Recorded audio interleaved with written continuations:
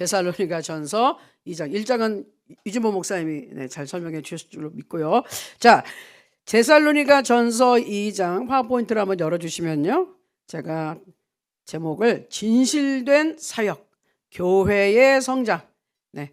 자, 2장의 전체적인 내용을 사실 보면 사도 바울이 진실되게 사역을 했어요. 그랬더니 데살로니가 교회가 참 성장을 잘했다. 한마디로 그런 내용입니다. 그리고 그 카버를 다시 보여주세요. 제가 일부러 예수 그리스도 우리 주님이 어린 양을 이렇게 안고 목동으로서 있는 여기서 예수 그리스도의 모습을 일부러 집어넣은 거는 사도 바울의 나타나는 모습은 굉장히 능력도 있고 그런 지도자였지만 얼마나 이분이 그 성공을 한데 뒤 배경에는 진실한 사랑과 섬김이 있었다는 거예요. 그래서 놀라운 하나님의 역사가 나타났던 것이 사실은 오늘의 주제입니다. 자, 슬라이드 2번으로 가서 우리 데살로니가 2장의 배경, 이거를 우리가 한 번에 이해하면 이거는 편지잖아요. 편지를 사도 바울이 썼을 때 그때 상황을 우리가 모르면 오해할 수가 있어요. 왜 이분이 이런 말을 했지? 그리고 우리가 배경을 이해하면 그래서 그랬구나 하고서 더 잘 깨달아집니다. 자, 슬라이드 3번 제가 거기에 지도를 넣어놨어요. 지금 터키, 요새 트루키에라고 하죠. 원래 지금 우리 성경에 보면 거기를 소아시아 지역이라고 합니다. 그게 터키 지역인데 지금 우리가 지금 다루는 데는 사도행전 16장, 17장 얘기예요. 빌립보 거기에서 귀신 들린 그 점치는 여종 귀신 쫓아냈다가 사도 바울과 실라가 잡혀서 감옥에 들어가서 매 맞고 난리 났는데 자정이 됐을 때 하나님을 찬양할 때 이게 옥문이 열리면서 완전히 뒤집어진 사건이 나타나죠. 그런데 거기서 어쨌든 다음날 나오게 됩니다. 그 빌립보에서 유명한 그 관수까지 다 예수님 믿고 그 집안이 주 예수를 믿어라 그리하면 너와 내 집이 구원을 얻으리라. 그 말씀이 저 빌립보에서 역사가 나고 16장 얘기고, 그 다음에 이제 바로 옆에 보니까 데살로니가 시가 있는 거예요. 제가 한 20년 전에 저희 가본 것 같은데 그때는 거꾸로 오히려 제가 데살로니가에서 있으려고 그랬는데 방이 없어서 빌립보로 올라갔던 것 같아요. 바로 옆으로. 자, 지금은 우리는 빌립보에서 데살로니가로 가고 있고 데살로니가에서 바로 옆에 있는 베레아로 이렇게 사도 바울이 핍박이 났을 때마다 옮겨가고 이렇게 쭈루룩 세계 저거 보니까 그 생각나네. 그거 봤어요? K-pop 디몬 헌터스 봤어요? 캐대한 봤어요? 거기에 서씨 까치 눈 3개 딱 나오네. 이거 뭔 말이에요? 그거 모르실 거고요. 지금 젊은 세대는 에헤헤 하고 알고 제 말이 뭔지 알고 있어요. 어째 눈 3개가 이렇게 딱 있어요. 저기 보니까. 자, 빌립보, 데살로니가, 베레아입니다. 자, 지금 우리가 배경을 보는데 넘겨주시고요.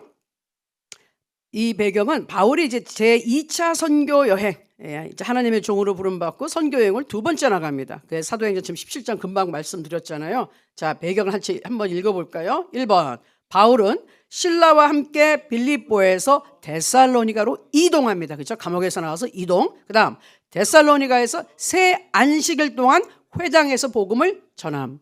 일부 유대인, 경건한 헬라인, 귀부인들이 회심을 했다. 자, 여기서 이제 2번으로 가보면 새 안식일이라 그러면은 그 당시 안식일은 우리가 지금 얘기하는 토요일이잖아요. 토요일을 안식일로 했기 때문에 아직 유대인, 그리고 데살로니가는 그리스 지역이에요. 근데 회당은 그 당시 널리 가 있는 유대 사람들이 모여서 예배를 드리고 말씀을 공부하고 애들 가르치고 이러는 집합 장소예요.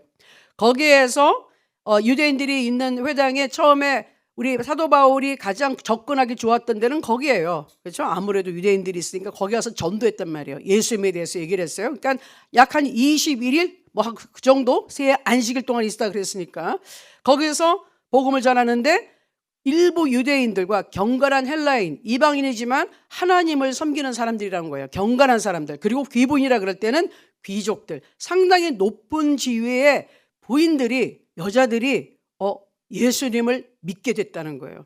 그게 지금 배경입니다. 자, 그 다음 슬라이드 보여주세요.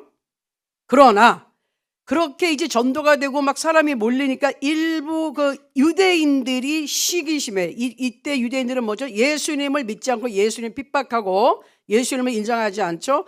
오직 모세와 율법과 그 전통을 지켜야 된다는 그 유대인들이 시기가 난 거예요. 질투가 난 거예요. 저게 또 예수를 전하네? 사람들이 막 몰려가네? 그래서 시기 질투가 나가지고 핍박, 박해를 시작했습니다. 바울과 실라는 야손, 제이슨이에요. 야손이라는 사람의 집에서 거기로 이제 들어가 있었어요. 피신을 했어요. 그리고 이제 밤에 베레아로 이동하는데 저 야손과 다른 사람들이 저 바울과 실라를 집에 들였다는 이유로 엄청나게 사람들이 난리 해가지고 발칵 뒤집어집니다. 근데 어쨌든 바울과 실라는 또 베레아로 이동하게 되고, 자 그렇게 되니까 뭐 여기 있어봤자 뭐 한 20여일밖에 없었을 저 데살로니가 교회에 그렇게 짧게 복음을 전하고서 사람들이 모였는데 그냥 베레아로 갈 수밖에 없었던 거예요. 그런데 놀랍게 교회가 굉장히 많은 열매를 맺은 거예요. 그래서 이 데살로니가 교회는 우리가 전체적으로 봤을 때 굉장히 모범이 되는 아주 진실되고 믿음이 좋고, 그리고 주님의 재림에 관심도 많고, 그래서 나중에 보면은 재림에 대해서 이 데살로니가서에서 굉장히 많이 다룬단 말이죠. 근데 모범적인 교회가 되어버렸어요. 그 짧은 기간 동안에 바울이 말씀을 전했는데, 자 슬라이드 6번 볼게요. 그래서 이 데살로니가 교회에 이제 편지를 쓰는 거예요. 왜? 1번, 갑작스런 이별로 인해 바울은 성도들을 제대로 양육을 못한 것에 대해서 걱정한 거야. 내가 3주밖에 이거 복음을 못 전했는데 이 교회가 세워졌단 말이지. 이거 근데 내가 지금 다시 갈 수가 없으니 이거 잘하고 있나? 그래서 이게 편지를 쓰는 거예요. 자, 그래서 디모데 아시죠? 디모데를 보내서 데살로니가 교인들이 잘하고 있는지 어쩐지 한번 먼저 보라고서 자기를 먼저 가고 디모데가 갔다 와요. 그랬는데 디모데가 참 기쁜 소식을 주는 거예요. 그래서 이제 바로 3장 6절에 보면 그 디모데가 가져온 소식을 듣고 너무 좋은 열매가 있다는 말을 듣고 사도 바울이 내가 너무 기쁘다 하면서 이 데살로니가 전서를 씁니다. 그래서 안심이 돼서 자 데살로니가 교회 성도들이 잘하고 있다니까 내가 격려해야 되겠다. 그러면서 워낙 짧은 기간에 있었으니까 내가 이러이러한 사역을 한 것은 정당한 것이다. 어떤 유대인들이 와서 시비를 걸더라도 넘어가지 마라 하면서 쫙 설명을 해주는 거예요. 그게 이제 데살로니가 전서 특별히 2장의 내용이에요. 자, 그러면 사도 바울은 어떤 사역을 하였느냐? 사도 바울이 무슨 얘기를 했느냐? 같이 볼게요. 슬라이드 7번 보여주세요. 자, 사도 바울의 사역은 이겁니다. 담대하게 복음을 전파했습니다. 자, 거기에 2장 2절 말씀 한번 읽어볼게요. 시작. 너희가 아는 바와 같이 우리가 먼저 빌립보에서 고난과 능욕을 당하였으나 우리 하나님을 힘입어 많은 싸움 중에 하나님의 복음을 너희에게 전하였노라. 자, 그 빌립보에서 난리 나서 감옥까지 갔다 왔잖아요. 그렇지만 우리가 하나님을 힘입어서 하나님의 능력으로 우리는 당신들에게, 여러분들에게 복음을 정말 당당하게 우리가 담대한 마음으로 증거했습니다. 그 얘기예요. 자, 그 다음 슬라이드. 자, 그리고 사역의 동기에 대해서 얘기해요. 내가 왜 이 사역을 하느냐? 내가 하나님을 기쁘시게 하려고 하는 것이다. 네, 4절 볼게요. 시작. 오직 하나님께 옳게 여기심을 입어 복음을 위탁받았으니 우리가 이와 같이 말함은 사람을 기쁘게 하려 함이 아니요 오직 우리 마음을 감찰하시는 하나님을 기쁘시게 하려 함이라. 아멘. 자, 사도 바울이 여기에 처음에 자, 두 번째 보면 첫 번째 옳게 여기심을 입었다. 이게 무슨 말이냐면 의롭다는 말이에요. 마치 죄 없는 사람같이 하나님이 내가 완벽하고 죄 없는 사람이 아니라 예수님 때문에 내 죄를 다 씻어주시고 나의 모든 허물을 가려주셔서 정말 완벽한 사람처럼 하나님이 생각하시고 성령을 보내셔서 나를 사용하시는 것이다. 그래서 위탁받았다는 거예요. 이거 주님의 복음인데 나를 그렇게 만들어 주시고 깨끗하게 해주셔서 성령을 부어주시고 나로 하여금 예수님이 전하시던 복음을 전하라고 이 일을 맡겨주셨다 그 얘기예요. 아멘. 그래서 내가 주님이 나를 이렇게 옳다고 여겨서 예수님이 생명을 주셔서 그렇게 귀한 사역을 맡겨주셨으니 나는 사람을 위해서 일하는 게 아니다. 하나님 한 분만 기쁘게 하기 위해서 나를 불러주시고 나를 구원하신 이 예수 그리스도의 복음을 증거하는 것, 그거 하려고 내가 지금 이거 하는 거다. 내 사역은 다 이거다. 내가 딴 사심은 전혀 없다. 지금 사도 바울이 얘기하는 거예요. 그렇죠? 왜냐하면 워낙 이 데살로니가 사람들하고 만남이 짧았기 때문에 사도 바울에 대해서 사람들이 이렇게 깊이 이렇게 뭐 연구를 하고 소식을 듣거나 지켜볼 시간이 많이 없어서 사도 바울이 설명을 해준 겁니다. 내가 이거 하는 사람입니다. 여러분, 그 얘기예요. 하나님을 기쁘게 하기 위해서 내가 이걸 한다. 자, 그다음 슬라이드. 사역의 동기는 그대로 성경에 있는 말이에요. 간사하거나 탐욕이 아니며 사람들에게서 영광을 구하지 않았다. 거기 보면 우리의 권면은 간사함이나 부정에서 난 것이 아니요 속임수로 하는 것도 아니라, 그 마술사 시몬같이 막 마술을 해가지고 사람도 혹하게 해가지고 돈을 받으려고 우리가 이런 사역하는 것도 아니고, 가짜로 쇼하는 것도 아니고, 이거는 사람들한테 무슨 인기를 끌려고 내가 이런 거 하는 거 아니다. 우리 목사님들이 이렇게 나가서 얘기하는 게 뭐예요? 연예인인지 되고 싶어서 사람들 앞에 얘기하면 사람들이 막 맞고 야 할렐루야 그거 박수 받기 위해서 하는 거 아니에요. 저게 판매를 왜 뜨나요? 자, 그렇게 사람들한테 인기 받고 싶어서 칭찬받고 싶어서 하는 거 아닙니다. 오직 하나님의 영광을 위해서 하는 겁니다. 자, 그 다음 슬라이드 10번에 5절 6절 계속 가볼게요. 자, 너희도 알거니와 우리가 아무 때에도 아첨하는 말이나 탐심의 탈을 쓰지 않은 것을 하나님이 증언하시니, 또한 우리는 너에게서든지 다른 이에게서든지 사람에게서는 영광을 구하지 아니하였노라. 사람으로부터 칭찬받으려고, 인기 몰이하려고 아니에요. 연예인이 우리는 아니에요. 자, 그 다음에 네 번째, 사도 바울은 어떻게 했냐? 사랑으로 성도를 돌봤다는 거예요. 자, 바울은 데살로니가 성도들을 거기 보면 이렇게 해요. 우리가 당신들을 유모와 같이, 유모는 아이를 대신 봐주는, 이게 먹고 옛날에 유모 귀한 사람들 이 전매기고 막 이런 거 봐주는 거기 때문에 잘못하면은 목이 날아갈 수도 있는 거예요. 얼마나 정성을 들여서 조심 들여서 하는데요. 그래서 부드럽게 정말 거칠게 하면 큰일 나죠. 부드럽게 돌보고, 또 아버지가 자녀를 권면하듯이 거룩하고 의롭고 책망할 것이 없게 살도록 격려했어요. 그러니까 사도 바울은 어머니같이 때로는 부드럽게, 여기서 아버지는 가장으로서 권위를 가지고 가이드라인 명확하게 지시를 해주는 그런 면을 얘기해 주는 거예요. 분명히 좋은 게 아니에요. 그냥 오케이 이거 아니에요. 잘못된 건 잘못됐다고 얘기를 하고 지적을 해주고 올바른 길을 갈 수 있도록 해줘야 그 제대로 된 부모죠. 그러니까 그거를 양쪽을 다 균형 있게 했다는 겁니다. 사도 바울의 방법은. 자, 그 다음 슬라이드. 자, 말씀 7절 거기 보는 거예요. 시작. 우리는 그리스도의 사도로서 마땅히 권위를 주장할 수 있으나 도리어 너희 가운데서 유순한 자가 되어 유모가 자기 자녀를 기름과 같이 하였으니, 이 말이에요. 우리가 하나님의 종들이기 때문에 정확하게 교관같이 무섭게 세게 할 권위가 있어요. 당연히 그렇게 할 수 있어. 그런데 지금 이방인인 데살로니가 사람들 예수님도 잘 모르는데 처음부터 그렇게 하면 참 이분들이 예수님을 오해할 수도 있는 거예요. 아는 사람은 괜찮은데 우리가 그렇게 할 수 있지만 그렇게 하지 않았다는 거예요. 유모가 한 것처럼 부드럽게 여러분들에게 잘 이렇게 설명하고 또 설명하고 했다는 겁니다. 자, 슬라이드 13번에 11절 볼게요. 너희도 아는 바와 같이 우리가 너희 각 사람에게 아버지가 자기 자녀에게 하듯 권면하고 위로하고 경계는 주의를 주는 거예요. 이거는 하지 마. 이거는 하면 안 돼. 경계해라 말씀했어요. 자, 그래서 영적인 아비가 되어 주었는데, 영적 아비가 된다는 건 뭐라고요? 거기 읽어보세요. 단지 설교만이 아니라 삶으로 본을 보이고 개인적으로 돌보는 것이 사역이다. 아멘. 말만 하면 안 되는 거고 애들이 다 보고 어른들 하는 거 보고 배우는데, 이 삶 속에서 진짜 예수님 섬기는 사람 같이 하라는 거예요. 그렇게 했다는 거예요. 사도 바울은 정말 자신에게 그렇게 했어요. 자, 그런 말을 하는 겁니다. 자, 이렇게 사도 바울은 했었는데 여기에 대해서 데살로니가 성도들은 어떻게 반응했느냐, 어떻게 열매를 맺었습니까? 그 다음 슬라이드 볼게요. 자, 데살로니가 성도들의 반응은 첫 번째, 데살로니가 성도들이 복음을 하나님의 말씀으로 받아들였어요. 그 다음에는 말씀이 역사했다 그랬어요. 성령의 능력이 나타난 거예요. 자, 이거 무슨 말이냐? 자, 복음이란 게 뭐예요? 복음이 뭐죠? 예수 그리스도의 십자가 죽음과 부활과 승천과 그리고 성령을 보여주셨다까지가 이게 복음이에요.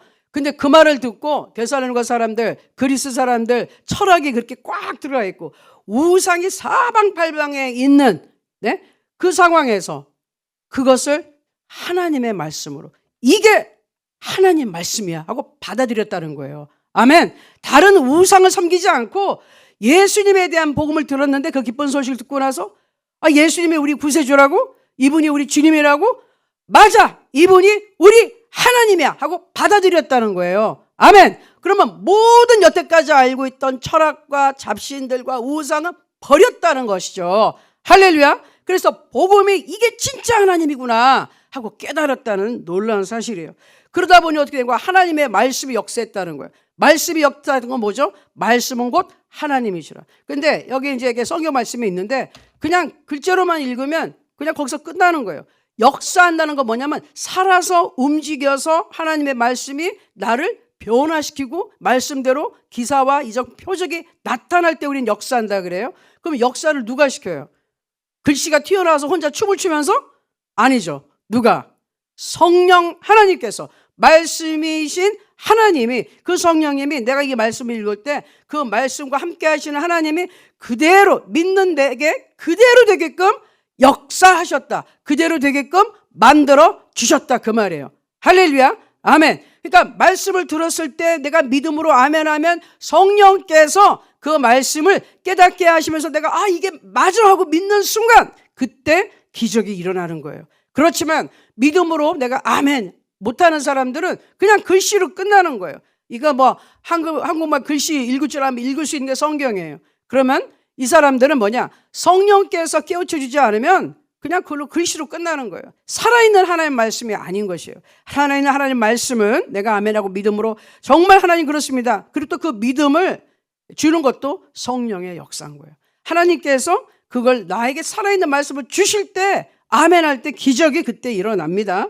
자, 그래서 이 말씀이 13절에 나오는 거예요. 슬라이드 15번 같이 볼까요? 이러므로 우리가 하나님께 끊임없이 감사함은 너희가 우리에게 들은 바 하나님의 말씀을 받을 때 사람의 말로서 받지 아니하고 하나님의 말씀으로 받음이니 진실로 그러하도다. 이 말씀이 또한 너희 믿는 자 가운데서 역사하느니라. 아멘. 자, 이런 설교를 들어요. 이걸 박지정 목사 하는 말로 그냥 지나가는 말로 하면 은혜가 하나도 안 돼요. 하나님이 역사하지 않아. 하지만 이건 하나님의 말씀이야 하고 내가 믿음으로 청정해서 들으면 이 말씀이 어떻게 된다고요?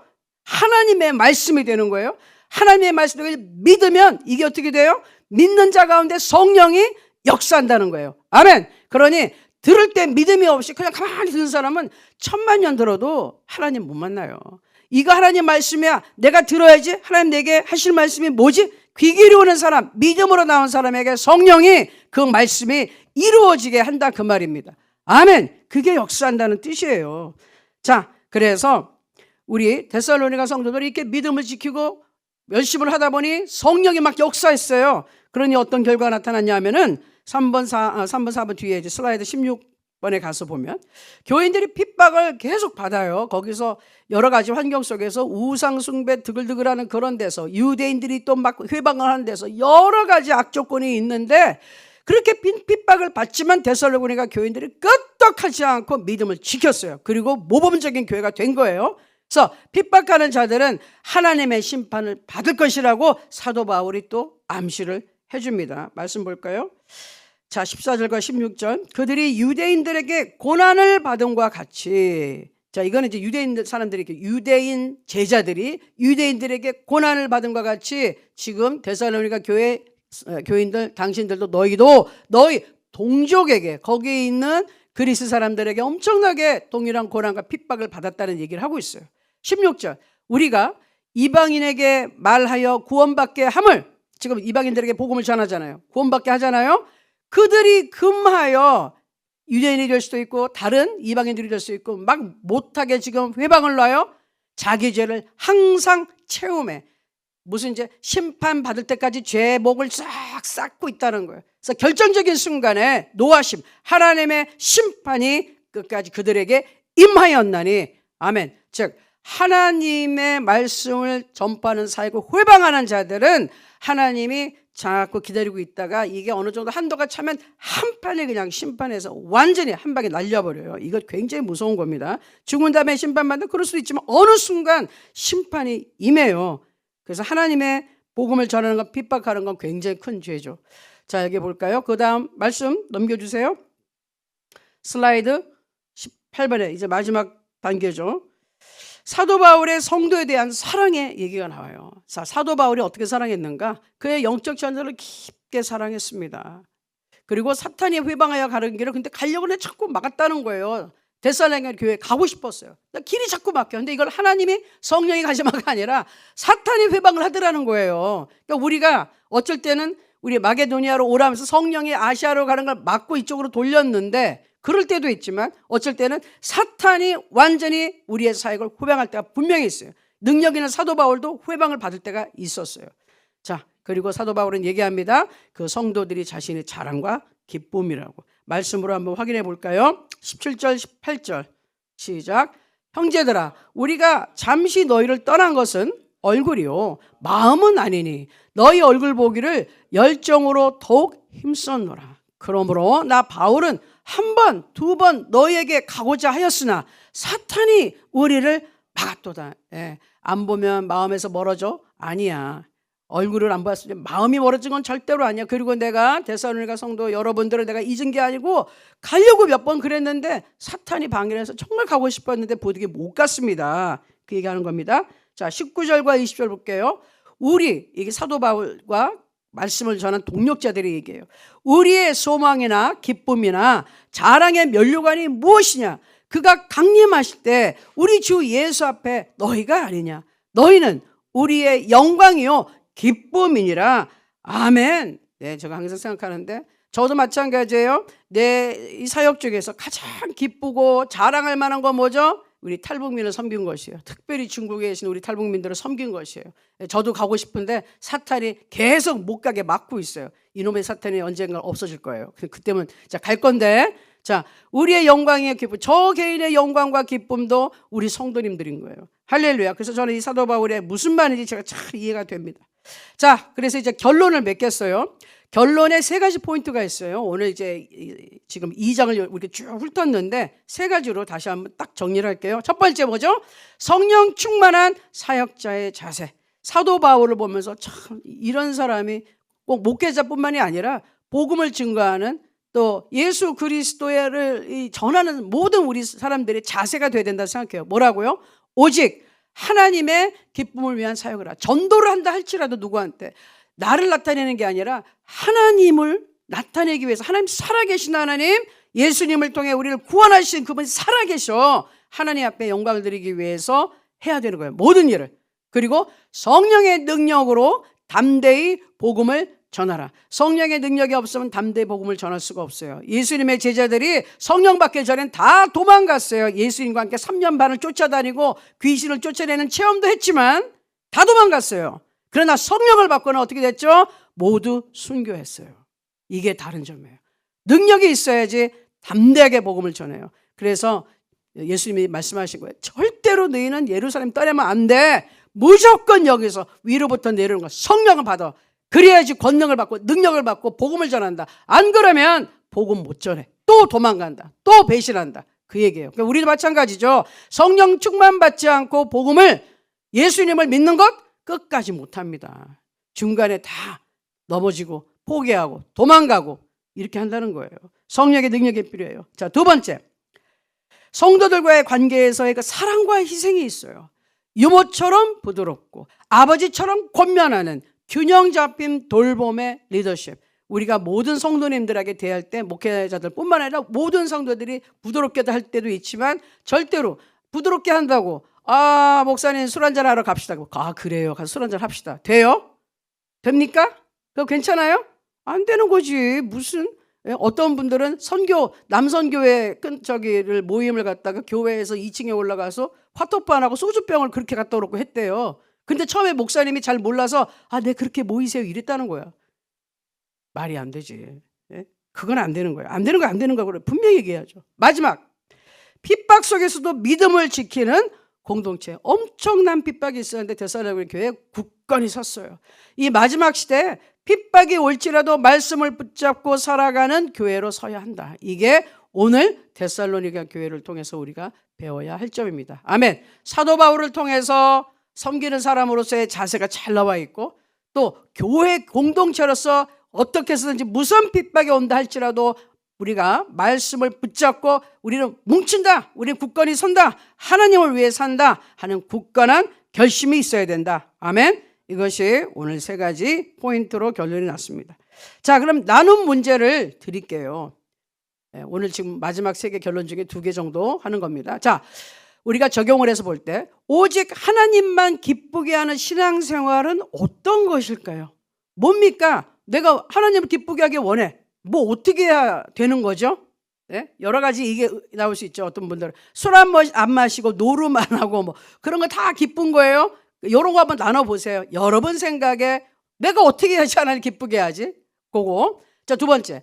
핍박 속에서 믿음을 지키기 위해서는 어떻게 해야 될까요? 네, 어려운 일이 많아요. 집안에 왼수들이 있어요. 예, 이거 믿는다고 그냥 남편이 시어머니가 막 회방을 놓고 애들이 그냥 왼수 덩어리들이 있어요. 그런데 믿는다고 그렇게 핍박을 해요. 예, 나라가 정부가 도와주질 않아. 더 괴롭혀. 어떻게 해야 됩니까? 데살로니가 교회도 핍박을 받았어요. 그런데 모범적인 교회가 됐어요. 믿음을 지켰습니다. 어떻게 해야 될까요, 우리는? 네, 굉장히 실질적인 문제죠. 자, 요 2가지 가지고 나누면서 여러분들 오늘 큰 은혜 받으시기 바랍니다. 네, 이제 소그룹으로 흩어지시겠습니다. 감사합니다.